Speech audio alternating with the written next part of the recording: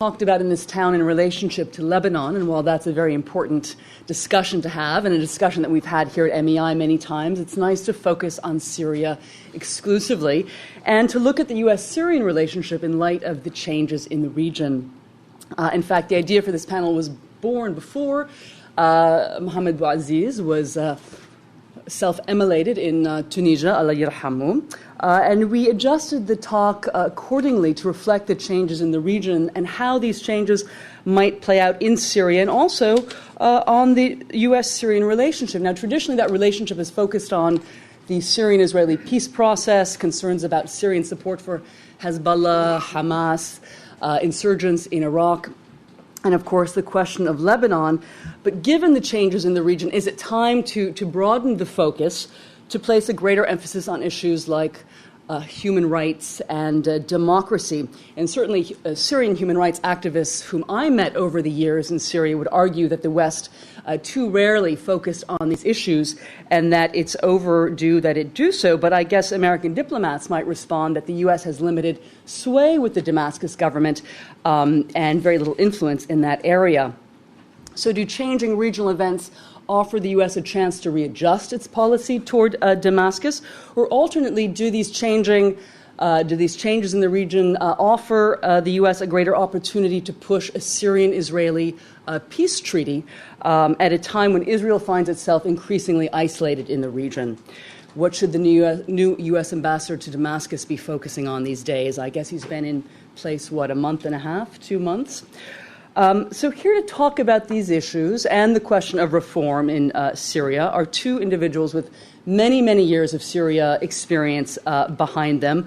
Both have lived and worked extensively in Damascus, and there are few others in this town who know as much about the country as they do. Joshua Landis is director of the Center for Middle East Studies and an associate professor of Middle Eastern Studies at the University of Oklahoma, as well as a member of the School of International and Area Studies. He writes Syria Comment, a daily blog that attracts up to 5,000 readers, spiked since the uprising. It used to only be, 3,000, which is quite an impressive number. It's very widely read by officials in Washington, in Europe, and in Damascus, and it brings Josh frequently to Washington to consult with the State Department and other government agencies.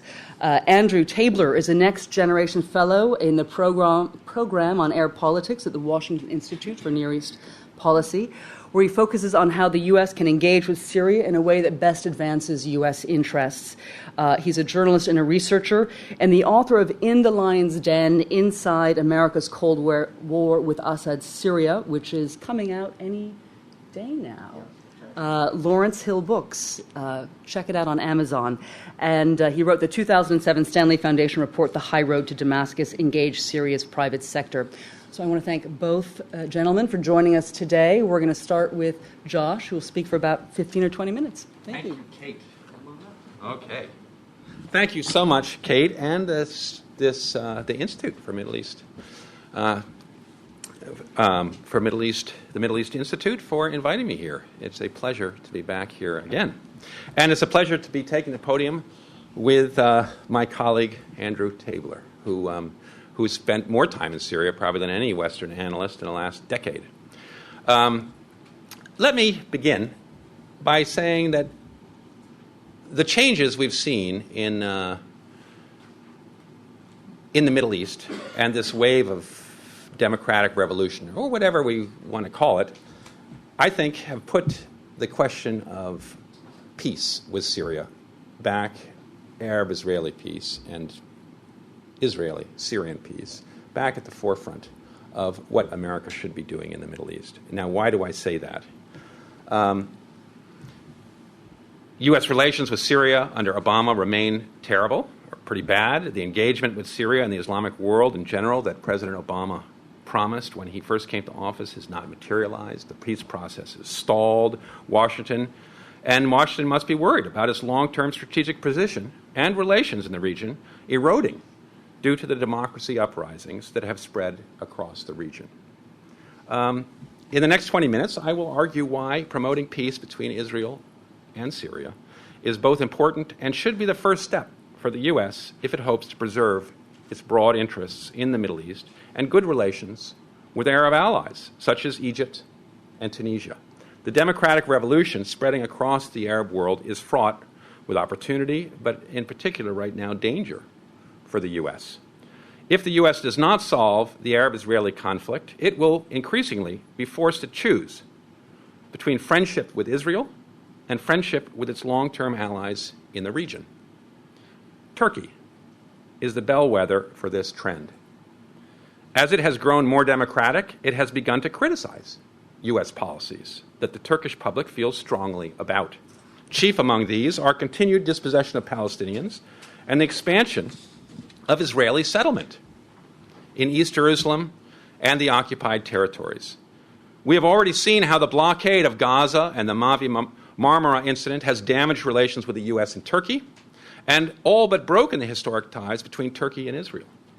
Washington legislators seem determined to punish Ankara for its disloyalty and impertinence rather than to pressure Israel, Syria, and the Palestinians to make peace.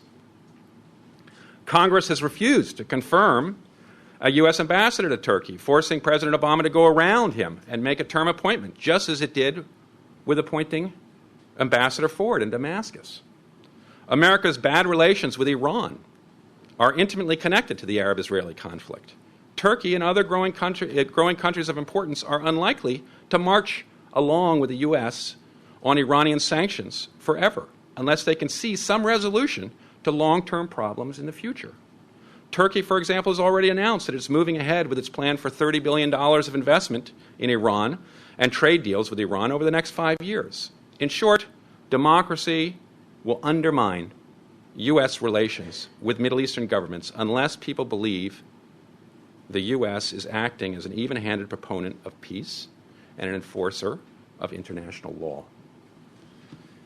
Peace between Israel and Syria is the easiest first step. Everybody in this room knows all about that and our failed attempts in the 90s, and we've reiterated over and over again of how easy it would be to conclude the Golan deal if it were put back on the front burners. But I will argue that the regional balance of power has been too skewed in favor of Israel to make a deal look advantageous to Israeli politicians. Syria is too weak, Israel is too strong, and America has a lot to do with maintaining that strength. And this, in a sense, hurts America, because America... Anyway, we'll go into that as we go along. Will Syria give up claims to the Golan? Can it change the balance of power? Will there be another war with Israel and Hezbollah that may involve Syria? Is Syria important to the U.S.? These are some of the questions I will touch on in the next 15 minutes.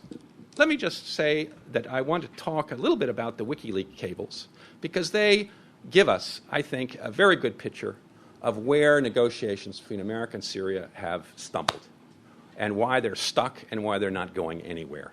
And that dynamic, of course, brings Israel front and center in this. But before I do touch on a few of those WikiLeaks cables, let me say, I'll go back and do a little historical sort of quick fixing up here, and say that Israel has always been at the center of the U.S.-Syrian relationship. For Syria is important to the United States only because of Israel, really, throughout its course. It shouldn't be that way, but it's the way it is. And we can see that because after the Second World War, all the representatives in the Middle East, Wadsworth in Syria, Lebanon, sat down in 1945 to say, what should we be doing, America be doing in the Middle East? Where should our strengths be? And they came up with the proposal that it should be Syria and Saudi Arabia. Saudi Arabia for the obvious reason that it has all the oil. Syria because pipelines were going to run through Syria to Tripoli in Lebanon. They were running through Syria from Iraq to Tartus. Syria was a balanced country with a balanced economy. It had an entrepreneurial class. It seemed vital. And in fact, Syria was. By the late 50s, Syria was growing at 10, 11% a year. It was one of the model countries of the Third World in its ability to sort of grow and move ahead.